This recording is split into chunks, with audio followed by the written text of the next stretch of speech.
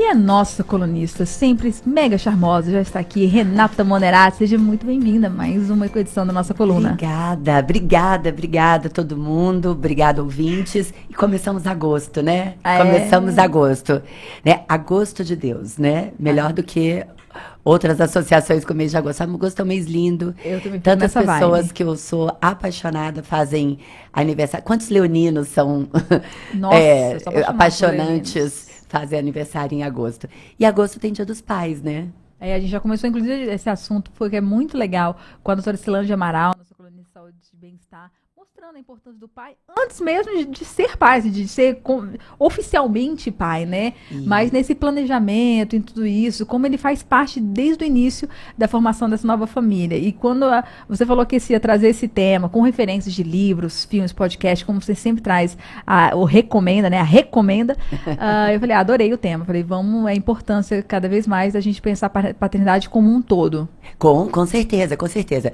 Não, obviamente, a gente está dentro de um recorte de privilégio, né? A gente ainda sabe que a grande maioria dos lares brasileiros são aí movidos pela força matriz das mães, das mulheres.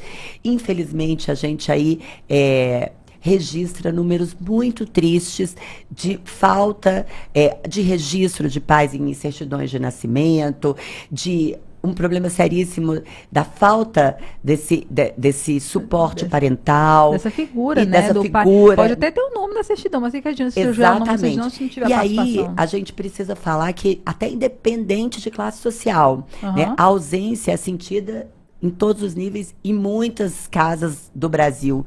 E aí a gente está fazendo um recorte Brasil.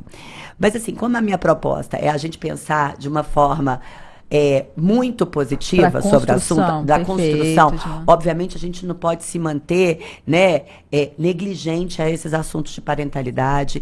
A gente precisa escutar, a gente precisa ser participante, a gente precisa entender essa mudança e ajudar na construção dessa mudança. Afinal de contas, a gente está falando aí dos nossos filhos, né? A gente quer um mundo melhor para eles. E isso se passa também na construção, não só da maternidade, mas no suporte de uma nova paternidade, né? Na construção de meninos e meninas, independente das suas opções e escolhas de vida, que eles sejam pessoas melhores. E a gente está aqui, quem fez a escolha de ser pai e aqueles que não fizeram, entenderam que tem uma missão aí nesse mundo, né, de futuro, né, de perspectiva futura. Então, assim, independente da sua escolha, eu acho que ela precisa ser muito responsável, entendendo que a gente precisa viver o presente, mas não é só dele que a gente vive, né? Então, a gente precisa construir isso para frente, né? Então, a minha ideia é trazer um recorte mais positivo, mais otimista, mais alegre, porque essa data existe. Dentro do calendário promocional, ela fica um pouquinho atrás de mães, né? Obviamente. Os pais, até em função desse cenário todo, eles até foram um pouco negligenciados aí durante um tempo. Mas, assim, a minha proposta aqui é quem tiver aí no trânsito, quem tiver no escritório, sabe, que respire fundo e entenda que a paternidade é uma construção, o relacionamento é uma construção de momentos. Eles são muitos. Cada um faz o que pode, o que consegue dar, né? Eu tenho uma amiga que fala muito sobre a maternidade, que ela fala assim, Rê, nós somos uma mãe suficientemente boa. E o pai precisa ser suficientemente bom. Naquilo que ele puder dar, obviamente fazendo as suas considerações, entendendo que tem uma pessoa, um ser que precisa desse suporte, né? E uma mulher e outras pessoas, né? Outros companheiros que precisam também da sua atuação, né? Mas, de uma forma geral, a gente hoje vive, eu vejo pela escola da minha filha, acho que muita gente consegue perceber, como é uma situação de privilégio, é um recorte, mas como os pais hoje estão mais participativos. Em muitos casos, entendem a função dele no dia a dia, querem estar presentes, querem estar atuantes, né? Cada dia eu tenho uma surpresa muito feliz, porque começam a participar de vários assuntos, né? O meu pai sempre esteve ali. O meu pai, a gente teve sempre... Os meus pais têm um casamento muito longevo, né? De mais de quase 50 anos de casado. É um privilégio também. Enfim, um relacionamento muito estável. O meu pai sempre estava lá, mas o meu pai, e muitas vezes, não foi um pai presente no dia a dia. Era minha mãe que ia para a escola, era minha mãe que levava ao médico, era minha mãe. E assim, e hoje a gente está fazendo um resgate disso. Isso está sendo incrível, está sendo muito bom. Eu até ontem estava procurando umas fotos, eu falei que esse o final de semana do Dia dos Pais, eu preciso fazer um book de fotos com meu pai. Porque ele foge, ele não tá, ele tá numa missão sempre no Dia dos Pais, né? Numa missão de fazer o churrasco, de organizar as coisas. Então, esse Dia dos Pais, eu tô me colocando à disposição para fazer isso. Tenho que fazer fotos com meu pai. Não, isso é muito legal, né? E ver essa mudança. Lá em casa mesmo, meu marido é tão atuante, assim, de cuidar do João, ele que leva passear, vai para lá e leva no colégio, ele que leva pro colégio. Que em muitos lugares, assim, eu sou a mulher do Leandro, pai do João, assim, eu não sou a mãe do João mais, assim, eu sou a mãe, eu não tenho nome, né, a Bárbara, mãe do João, na escola, assim, você é a mulher do Leandro, a mãe do João, legal, não tenho nem nome, porque ele tá sendo muito protagonista em tudo isso, e desde sempre, eu acho assim, ele é muito nerd, até quando eu falei com a doutora Silante, assim, até antes, quando o bebê nasceu, ele começou a devorar todos os livros do universo, sobre paternidade, sobre criança, sobre gestação, sobre concepção. E isso era muito legal, porque eu tava só passando mal. Eu tava passando mal, tava numa vibe lá, falei, isso não é legal ficar grávida. Pra mim, a gravidez não foi a coisa mais divertida do mundo. Nem pra mim. Assim, tem as mulheres que amam barrigão. Eu falo, cara, sai logo esse menino daqui, por favor. Não gosto disso. Tamo junto, Bárbara. Aluguel nisso. De barriga, assim, você, beleza, tá aqui, aluguel de barriga. Tem teoria, tem gente já querendo, né, investir em úteros eletrônicos, sei lá. Mas barriga não é legal pra mim, não foi um momento divertido. E ele, enquanto eu estava passando mal, ele estava lá, graças a Deus, estudando e trazendo muito conhecimento pra gente. Por isso que eu fiquei curiosa. Falei, gente, quais são os livros que Renata irá trazer pra falar do tema? Para uma outra história, para uma outra vertente de absoluta diversão e referências de paternidade, tá? Vamos lá. Aqui, eu acho que a gente tenta trazer um pouquinho das nossas histórias, né? Aí eu quero fazer também uma menção ao meu esposo, o Ricardo, que ele é também muito presente com a Helena. Não é um pai de sentar no chão, brincar, mas ele é essa pessoa que leva, busca, viabiliza, briga quando necessário, mas é cúmplice, é amigo. E aí eu até vou só fazer uma discussão, trazer um pontinho que do perfil que eu vou indicar, e essa pessoa é incrível, que é o Marcos Pianges, que é incrível, já tá uma dica de perfil. E aí hoje eu escutei rapidamente um Reels dele, que ele fala um pouquinho sobre a mãe frente a essa postura do pai, também num recorte de privilégio. Mas primeiro porque a mãe nasce com uma culpa, então ela acha que ela precisa ser perfeita, então ela puxa o trabalho todo para ela, puxa todas as missões para ela, né? Então é difícil ela dividir. E aí quando ela divide, ela não entrega o trabalho numa boa. Ela acha que o que ele tá fazendo não é legal, não é assim desse que se jeito. faz. Ele faz de forma incompleta, ele coloca a criança, às vezes, em situação de perigo. Ou seja, isso afasta, porque aí você não dá credibilidade pro pai, ele se sente inseguro, ele se eu sente... fiz muito isso. Eu fiz várias vezes. E eu me pego fazendo ainda, tem uma posição de crítica. Não, mas não é desse jeito que coloca... Ele não vai dormir assim, cara, ele vai dormir do jeito assim... Cara, é muito difícil, Renato, você perder esse controle, né? E falar assim, não, ele tem um jeito, ele fazer, vai ter o resultado bom, tá?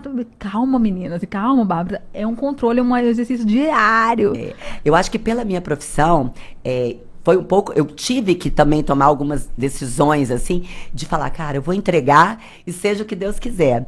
E eu tive um divisor de águas. Quando a minha filha tinha quase 3 anos, meu grupo de amigas mais próximas, nós resolvemos viajar para a Europa.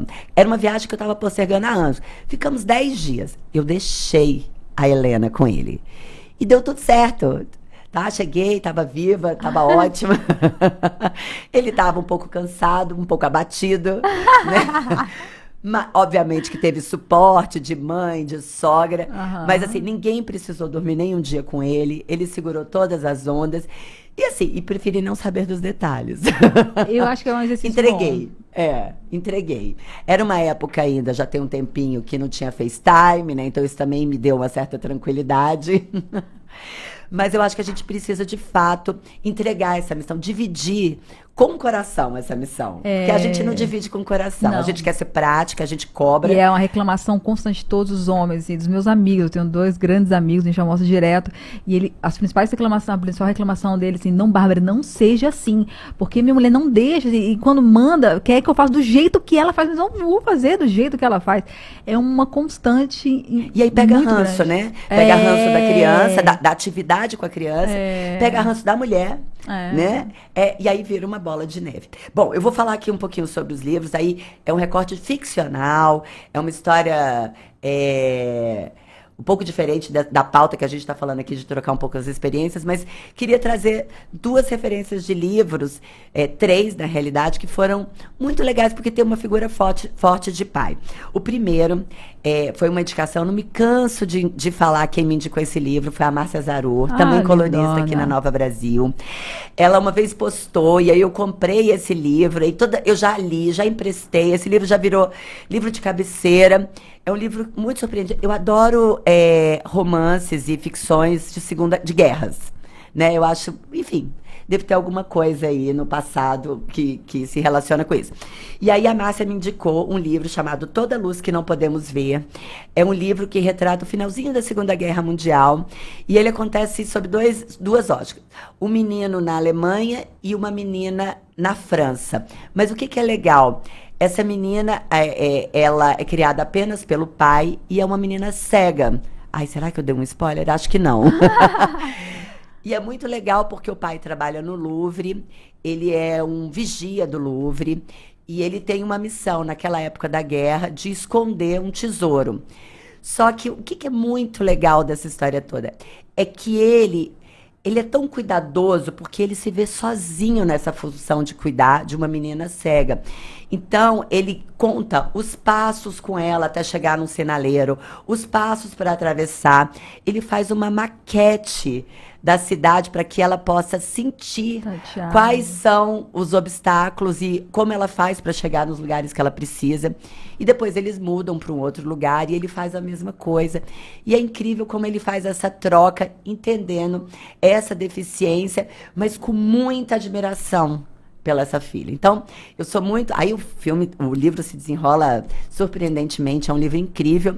E aí eu acho que vale a leitura do Toda Luz que Não Podemos Ver. O outro é um best-seller também, apareceu na minha vida esse ano, foi o meu primeiro livro do ano. Normalmente eu fujo um pouquinho daquela prateleira dos mais indicados, né? Eu espero passar um pouco o hype para entender um pouco o livro, para depois ler. Mas esse não teve como, eu adorei. Ele chama Arroz de Palma. É um livro muito legal. Eu roubei lá da casa da minha sogra, porque eu emprestei para ela. E aí eu falei, eu quero falar dele da coluna, me manda de volta no final de semana. A Palma é a tia dessa família, mas a história toda conta a história de um personagem que ele conta da infância até a velhice dele, na função de ser sobrinho, mas também muito na perspectiva de ser filho e pai e avô. Então é muito interessante, é uma leitura super leve, gostosa de ler. Aí você faz várias marcações, tem frases que te tocam muito o coração. Então eu acho que vale muito a pena. Não é um livro caro, mas é um livro muito bacana. Já foi traduzido para um monte de países e é um autor brasileiro, Francisco Azevedo. Também não conhecia, mas fiquei muito encantada com a escrita dele. A Rê é que nem a Rê das minhas, assim. Tem uma guerra lá em casa, enquanto meu marido não faz um vinco no livro, assim. Ele é um leitor voraz, mas ele conserva os livros, parece que acabou de pegar na livraria. Eu não. Para desespero dele, eu rabisco, eu coloco post-it, eu coloco marca-texto, eu falto, sei lá, meu livro fica desesperado. Não, eu indiquei, acho que foi na primeira ou na segunda coluna, eu indiquei um livro para pais e que eu lembro que eu comprei esse livro e trouxe, falei, eu vou ler esse livro porque eu achei ele super interessante. Esse livro está sendo uma terapia, porque eu estou marcando, escrevendo, botando post-it grande, fazendo análises pessoais, porque fala muito da sua relação com mãe, da sua infância. Não, já rolou até um café com a minha mãe, com um livro em mãos, para falar, mas como é que eu era quando criança? Como é que você reagia? Ou seja, o livro também é terapia, né? Eu acho. Então a gente precisa... Eu gosto de manusear bastante. Eu vi numa coluna também aqui do Pimenta sobre emprestar livro. Eu não gosto de emprestar, não. Eu até escrevi no Instagram da rádio que eu falei, eu não consigo. O livro tem que girar. Eu sou muito apegada. Esse mesmo Arroz de Palma eu emprestei pra minha sogra. Falei, vou voltar, mas vai voltar um novo pra ela. Não vai voltar o meu. A gente gosta de colocar circular. Inclusive, a gente fez uma boa pauta aqui pro Mesa para Dois. Vamos falar dos sebinhos aqui do eu sou muito frequentadora. Eu não gosto muito de emprestar, mas eu adoro comprar em sebo. Então, eu compro, mas assim, sabe o que eu tô feito? A gente nunca vendeu. A gente tava com livro, assim, tava sufocando a gente lá em casa, era tanto livro. Aí a gente pegou os que a gente não lia tanto, não vai reler, que é um desapego, esse desapego de absurdo. E aí a gente foi também vendendo no sebinho, mas com a sensação assim, de, cara, tá uma parte da gente que tá indo, porque cada livro traz uma história, né? Não, e se você ainda marca, porque a minha sogra mesmo me perguntou no dia que ela levou o livro, nossa, mas que trabalheira, por que você marca? Eu falei, porque muitas vezes eu sento aqui no sofá e eu gosto de ler trechos. Aí esse livro... gente, olha o tanto que está sendo útil aqui para o Mesa para Dois, para a coluna, né? Está sendo muito legal. Mas vamos lá, o terceiro livro eu ainda não li, mas eu queria também fazer uma menção honrosa ao Diego Amorim aqui da rádio, né? Nosso âncora, apresentador, diretor. Eu tô louca para assistir, me prometeu esse livro, ler esse livro, me prometeu esse livro ontem, mas eu já tava no meu radar que eu queria muito indicar, chama Filho da Pandemia. Você leu, Bá? Então, liga, assim que eu fechei com ele, falei, gente, devorei, é uma leitura fácil, é um diário. Conta, foi uma história no momento da Covid. Foi durante 100 dias, assim, era o prazo que ele tinha dado, né? Então ele vai retratando como é que era estar com o filho. Eu acho que muitos ouvintes passaram por isso também, né? Assim, um exemplo foi minha irmã, que teve a minha sobrinha no meio da pandemia. Então, enquanto estava lendo, eu via muita coisa da minha irmã lá. Por que isso? Assim, como é que se fecha? Como é que é o medo de ir lá fora? Como é que é essa relação? Como é que você cria um filho no isolamento, né? Então, é um diário dele mesmo, com tudo isso. Inclusive, ouvintes, no nosso Instagram, Nova Brasil, Brasília, a gente está falando desse livro um pouquinho lá no Instagram, e é isso, é esse relato dele. E se você, ouvinte, também esteve nessa situação, também quer dividir, quer entender um pouco da paternidade nessa circunstância, livraço do Diego Amorim, cola lá nele e já pede. Isso, a Brasiliense Nato. 3 dicas de podcast. Tricô de Paz. Eu acho que tem todos os EPs, acho que tem mais de 200 EPs, todos são incríveis. Vale ler, é um educador parental incrível, focado na paternidade.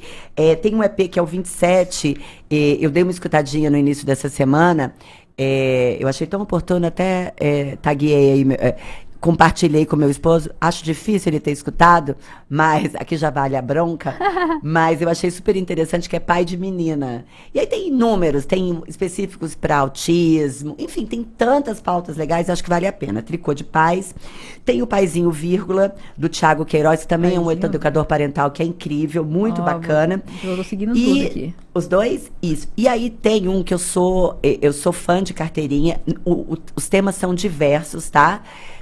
Diversos temas atuais, mas tem alguns episódios específicos sobre parentalidade, que é o Mamilos. Clássico. Amo, sou mamilete de carteirinha, de coração.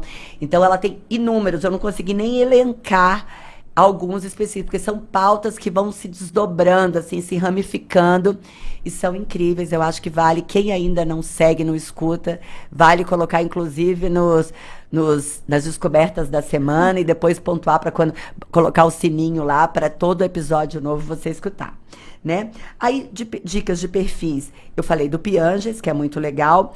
Tem um perfil de uma família que eu sigo, que é muito legal, não é de Brasília, é de São Paulo, chama Família Quilombo, que é uma família negra. Eu acho eles tão legais, tão divertidos. E assim, toda a família é muito dinâmica, toda a família é muito atual, toda a família é muito integrada. É muito legal, é muito legal. Eu comecei a segui-los e eu me divirto.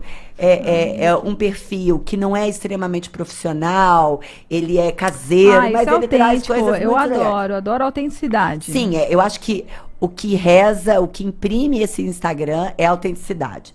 E aí eu vou trazer um outro que eu fiquei encantada com esse perfil que apareceu para mim numa revista. E eu falei, esse eu tenho que trazer quando a gente falar sobre família. Que se chama @livros_de_família. É uma editora que publica histórias da família. Você tem lá, eu tenho a família Monerati, né? Eu chamo a editora e ela faz uma edição de livros da minha família, com a minha história, de forma personalizada. E ela faz uma tiragem, ela faz um livro, ela faz 50 livros, ela faz uma tiragem maior. Eles se denominam assim, uma discreta editora especializada no registro de memórias familiares. Discreta porque não estamos voltados para o mercado editorial. As publicações da livros de família são quase todas produzidas para consumo internos das famílias. Isso é tão legal. É muito legal. Para saber, assim, eu acho que um dos livros, o único livro que a gente vai nunca triscar lá na nossa estante, é um livro que um primo do meu marido, de segundo grau, fez da família dele vindo da Itália para cá, que é de Scassiati, a família de Scassiati, e aí tem um livro contando os tataravôs, sei lá quem, de onde é que, em que parte da Itália que estava, quem vinha para cá, e quem é filho de quem é não sei o quê. É tão interessante. É um resgate. Sabe por que isso chamou muita atenção? O meu pai é da Paraíba, de uma cidade muito do interior, e essa cidade já mudou de nome algumas vezes, porque ela virou município, ela se fundiu com outra cidade. E assim, eu sabia um pouco da história. O meu pai é um candango nato, veio pra cá na construção de Brasília, foi aquela pessoa que morou em barracão de lona, enfim. E aí um dia desses, há pouquíssimo tempo atrás, a gente brincando um dia à noite, a gente tem o hábito de pedir uma pizza, eventualmente na casa dos meus pais à noite, numa sexta-feira. O meu pai começou a falar dessa fusão de família, quem era quem se tinha juntado com quem, uma história do Rio dessa cidade, que ele é fundamental para a construção histórica e familiar da cidade, quem eram os donos de sítios, né? Porque é uma região do Agreste, uma região super pobre. E aí, quando eu vi isso, eu falei, cara, eu preciso escrever essa história do meu pai. Olha que legal. Eu preciso escrever. Então, vale a dica. Eu só sou visitante ainda do perfil, mas eu tô com muita vontade de escrever a história da minha família. E ó, se não for escrever, gente, fica também fazer vídeos audiovisual. O que a gente fez? Sim. A gente tem o avô do meu marido, o seu Olavo, ele é uma figura. O seu Olavo é incrível, maravilhoso. E tem cada história que você duvida, que fala, gente, não é possível. Ele é muito autêntico, assim, e ele é um homem muito fazedor. Você não sabe nem o que é real e o que é ficção, né, mais. Parece tão surreal que a gente não é possível que isso aconteceu. Aí a gente pergunta para as tias avós, o pessoal fala, não, ele fez isso mesmo. Eu falei, meu pai do céu. Parece aquele peixe grande, assim, são histórias maravilhosas dele, que rendem inúmeros livros. E para não se perder, o que meu marido e o meu cunhado fizeram? Gravaram ele contando essas histórias, ele mostrando. E assim, para o seu ouvinte, é uma coisa muito legal, porque ele já tem mais de 94, se não me engano, o seu Olavo tem. E ele é super sadio, anda pra lá e pra cá. E aí ele foi mexendo nas coisas dele, que isso é um exercício legal, inclusive de presente pro seu pai, pro seu avô. Fica uma ideia aí de presente pra data que tá chegando. A gente foi visitando a casa dele e ele tirando coisas, documentos, objetos antigos e contando a história daquelas coisas que vão resgatando outras histórias. Então, por exemplo, tinha o pai da mãe, enfim, o tataravô e tal, que ele pegou e tinha as ferramentas que ele fez. Tinha um serrote que esse pai da mãe dele fez, assim, tinha tudo lá, seu Joaninho. E naquela época era isso, né? Eles assinavam as coisas que eles tinham. Talhavam, eles montavam as ferramentas deles. Eu falei, cara, que legal. Aí foi assim, se você não puder escrever a história, não tiver o dom de escrever, não tiver como contratar uma editora especialista nisso, para não se perder essa história para as futuras gerações, grava.